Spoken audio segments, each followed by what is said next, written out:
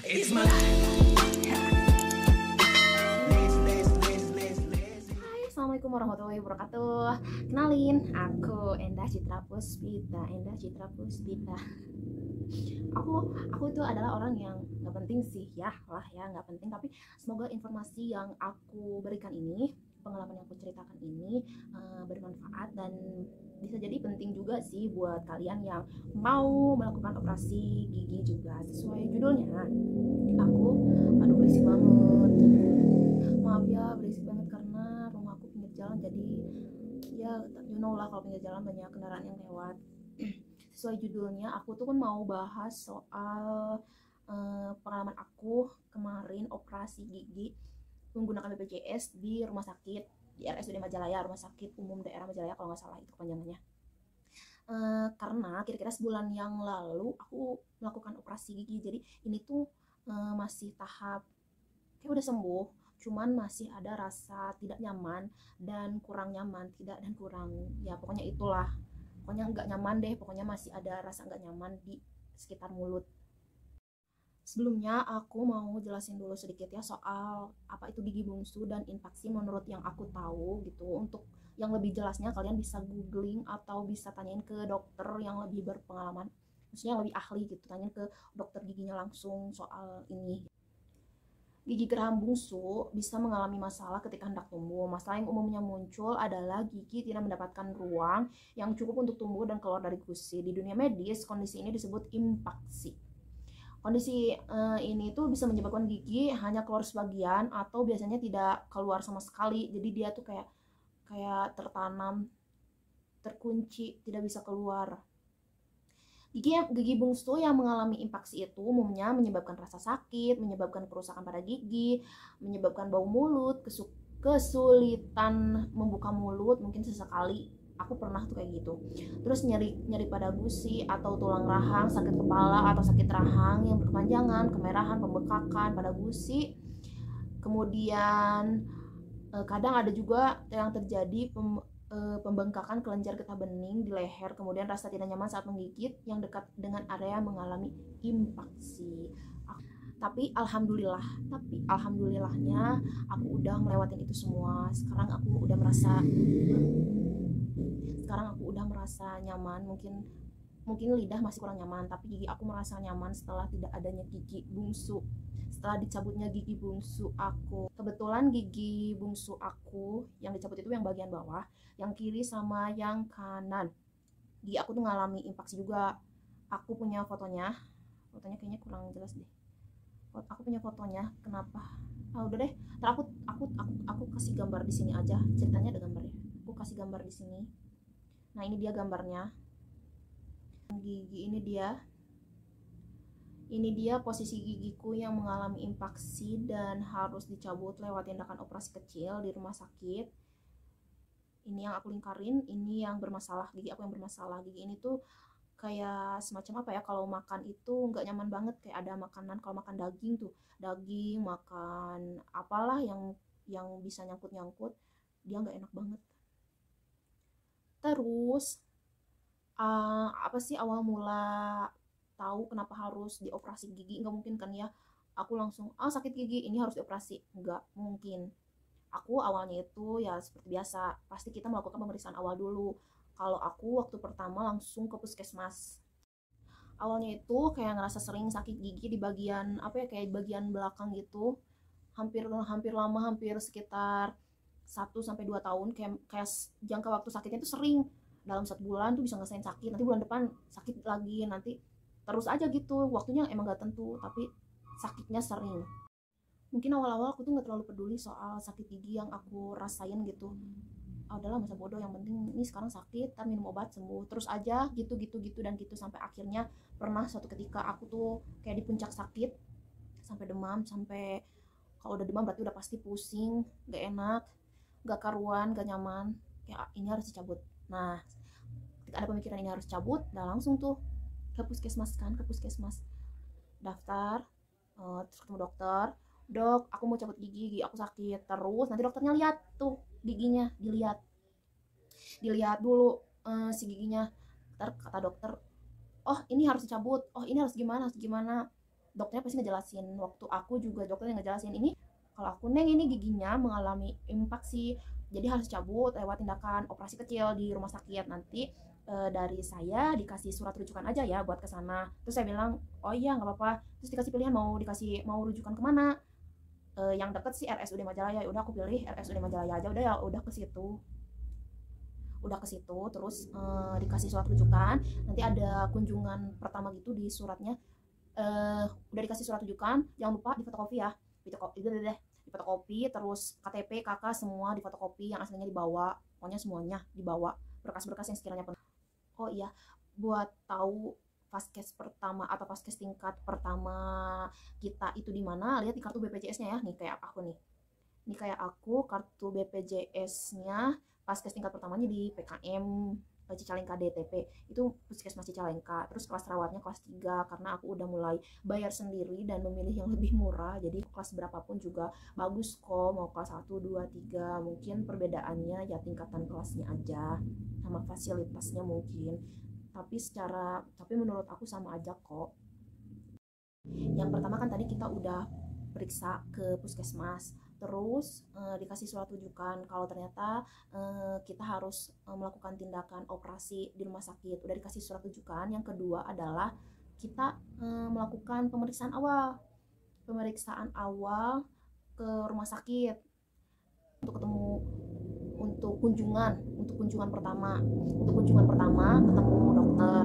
Nah, di kunjungan pertama ini nanti kita ronsen gigi dulu. Udah ronsen gigi terus kita ketemu dokter, terus dijelasin lagi tindakan yang akan dilakukan. Udah dijelasin sama dokternya. Oh ya, di sana kan awalnya nanti masuk dulu pendaftaran ke bagian poli gigi, yang bagian atas udah ke poli gigi. Nanti kita ketemu sama, kalau nggak salah, perawat yang namanya Burika ya. Aku nggak tahu beliau itu perawat atau apa. Yang jelas orangnya baik banget, ramah banget. Udah ketemu Bu Rika, nanti dikasih surat buat ronsen. Kita ronsen dulu. Pas nanti ronsen, pastiin kalian jarum, jangan pakai jarum, terus jangan pakai perhiasan, dilepas dulu semuanya. Udah ronsen baru dipakai lagi. Udah ronsen, nunggu lagi, dipanggil lagi. Udah dipanggil baru masuk, ngobrol lagi sama dokter, diperiksa lagi sama dokter. Udah diperiksa lagi sama dokter, udah semuanya udah dilihat. Oh iya benar, ini giginya dua-duanya impaksi, harus operasi gigi, harus operasi kecil. Nah, baru dikasih jadwal operasi. Berhubung kemarin aku itu lagi pandemi ya, jadi buat jadwal operasi itu nggak tahu, belum ditentukan gitu dari sananya. Nah, udah dikasih jadwal kontrol aja, tapi buat operasi belum tahu kapan. Tapi nanti dikasih tahu, nanti di WhatsApp sama pihak rumah sakit kok, dikasih tahu kapan kita harus operasinya. Setelah tadi kunjungan pertama ketemu dokter, terus udah dikasih jadwal operasi. Awalnya operasi aku itu tanggal 27 Juli 2021. Tapi karena di rumah sakit persediaan oksigen itu sangat terbatas pada saat itu, jadi diundur dulu, ditahan dulu sampai batas waktu yang tidak ditentukan. Setelah itu kalau nggak salah ada kabar lagi untuk melanjutkan operasi itu sekitar tanggal 26 Agustus. Agak lumayan itu sih, lumayan lama sih. Kan aku pemeriksaan awal tuh puskesmas 10 Juni, ketemu dokter di rumah sakit Majalaya 11 Juni, terus dikasih jadwal operasi 27 Juli, tapi nggak jadi, diundur jadi 26 Agustus. Kalau salah waktu itu 26 Agustus hari Kamis ya. Karena udah dikasih jadwal operasi tanggal 26 Agustus 2021, 1 minggu sebelum operasi kayak ada pemeriksaan kedua gitu untuk ronsen dada sama diambil darah 1 minggu sebelum operasi. Jadi itu sekitar tanggal 20-an ya. Tanggal 20 Agustus diambil darah, di ronsen dada. Terus tanggal 25, 1 hari sebelum operasi, tanggal 25-nya di swab. Di swab itu biayanya gratis. Enggak. Aku operasi hari Kamis tanggal 26 Agustus. Di swab baru masuk ke ruangan. Itu juga kalau misalnya hasilnya udah keluar negatif, baru masuk ke ruangan. Dan alhamdulillah aku juga waktu itu hasilnya negatif, jadi langsung masuk ke ruangan. Waktu tanggal 20 Agustus itu, 1 minggu sebelum operasi, aku kan udah di ronsen dada, udah dicek darah. Udah diomongin ya, udah diambil darah. dada. Terus setelah ronsen dada, dicek darah, ronsen gigi, terus di swab, baru deh nanti bisa operasi. Berarti udah semuanya udah terpenuhi. Pas tanggal 26 Agustus itu, pas hari Kamis itu, pas malamnya jam 12 malam, kita disuruh puasa dulu. Puasa, jangan dulu makan dan minum. Tapi sebelumnya pas jam 9 jam 10 gitu, aku masih makan makan apa aja dimakan, kayak aku harus menyiapkan tenaga dan perut aku jangan sampai kosong. Jadi aku makan makan makan makan sampai jam 12 stop, nggak makan lagi, nggak minum, nggak makan, bener-bener enggak. Puasa aja, puasa sampai operasi. Nah, setelah hari operasinya, aku punya foto sebelum operasi, wajah aku yang masih baik-baik aja, ya, aku tampilin di layar aja ya, yang masih baik-baik aja, sama nanti wajah yang tidak baik-baik aja. Ini aku juga mau nampilin dulu foto setelah aku operasi. Ini keadaannya aku masih setengah sadar gitu ya, kayak bukan setengah sadar, muncul orang Sunda lulungunya tepuguh pada gugah apa henteu. Bener-bener pas operasi itu nggak ngerasain sakit, nggak ngerasain gimana-gimana, tidur aja ya, karena di operasi kecil kemarin, dibius total, bener-bener total. Pas kayak kita tidur aja, tidur nyenyak, tahu-tahu beres, belum kerasa apa-apa. Terus pas masuk ke ruangan juga masih posisi sadar nggak sadar, masih lemes, masih belum ngerasa gimana, kayak ada ngerasa nggak nyaman aja sih di mulut, nggak bisa ngomong karena kayak kaku gitu, nggak bisa nggak bisa gitu, kaku pokoknya. Nah, setelah itu nih ada nih gambar efek apa ya, ini pas udah di ruangan, udah mulai sadar, terus di mulutnya tuh kayak ada kapas ngegantung gitu, kayak kapas ditaliin, disimpan di ujung sama di ujung, terus kayak panjang sini, kayak Dracula, tau gak sih, kayak Dracula panjang, nggak bisa ngomong. Kalau ngomong tuh kalau diem kan nganga, kayak apa ya, ngeces ya, gimana lagi atuh ya. Pokoknya siapin tisu yang banyak aja lah, tisu yang banyak buat nanti takutnya kayak aku gitu. Terus itu tuh masih kaku ya, setelah oh iya masih kaku, terus nggak boleh dulu makan sama minum. Kalau minum juga mesti sendok dulu, atau misalnya pakai sedotan di ujung sedikit aja, jangan dulu gelok enggak, dikit-dikit aja dulu. Udah 6, kira-kira udah 6 jam mungkin ya, udah mulai agak bisa senyum nyeri, udah bisa, terus udah mulai kelihatan bengkak-bengkaknya, udah mulai kelihatan agak bengkak. Dan ini yang menyebalkan, jelek banget ini, udah mulai bengkak banget, udah nggak bisa ngomong, makan nggak bisa, ngomong nggak bisa, udah mulai kerasa kayak ada cunut-cunut kalau ngomong, apa ya, ngilu kalau ngomong, ngilu, nggak enak, tidur juga nggak nyenyak, nggak bisa. Ya pokoknya malam itu benar-benar tidak menyenangkan, tidak bisa makan, kemudian tidak bisa mengobrol hahaha banget. Ya pokoknya jadi anak yang pendiam aja, pendiam, manis, cantik, baik, itu aja. Kemudian pas besoknya mulai agak baikan sih. Ini fotonya, kayak bibir aku tuh makin tebal, udah tebal, dikasih bengkak, makin tebal, kayak bengkaknya tuh sebelah sini kebengkak banget. Ini sebelah kiri apa kanan ya, pokoknya bengkaknya bengkak. Pokoknya pas besoknya kan aku operasi hari Kamis, besoknya hari Jumat udah mulai baikan, walaupun bengkak dan tidak enak. Bawa bye paper aja, kan tau nggak, kompresan untuk anak-anak.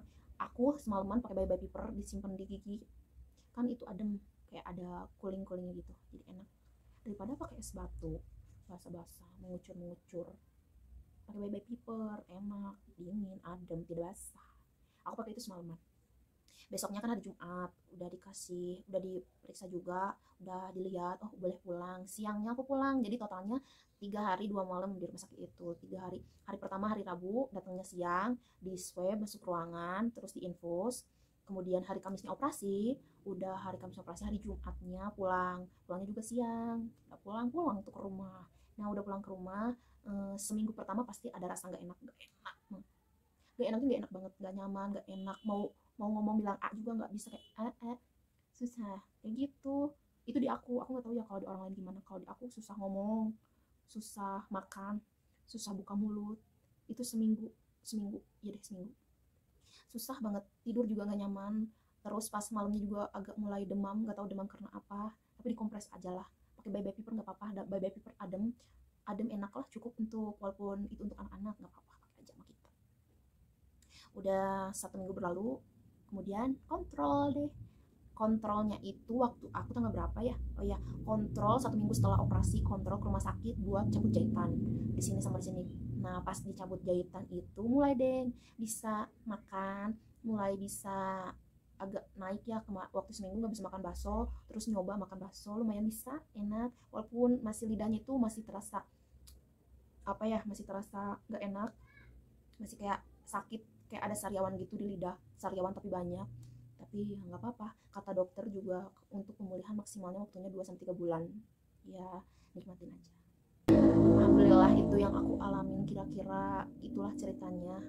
Mungkin ada beberapa bagian cerita yang terlewat atau yang apa ya, yang nggak diceritain detail-detail banget karena aku juga lupa-lupa inget sih, aku nggak mikir mau bikin cerita ini.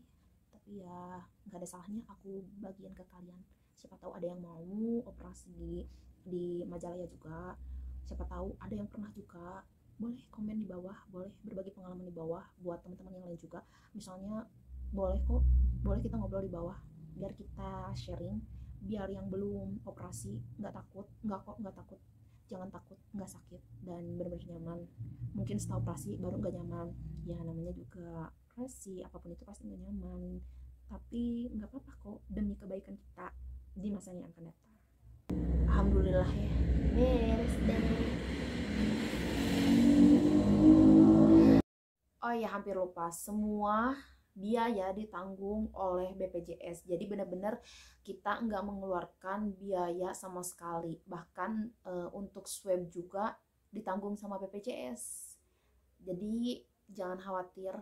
Untuk kalian yang belum punya BPJS, mendingan segera daftar aja karena manfaatnya banyak banget.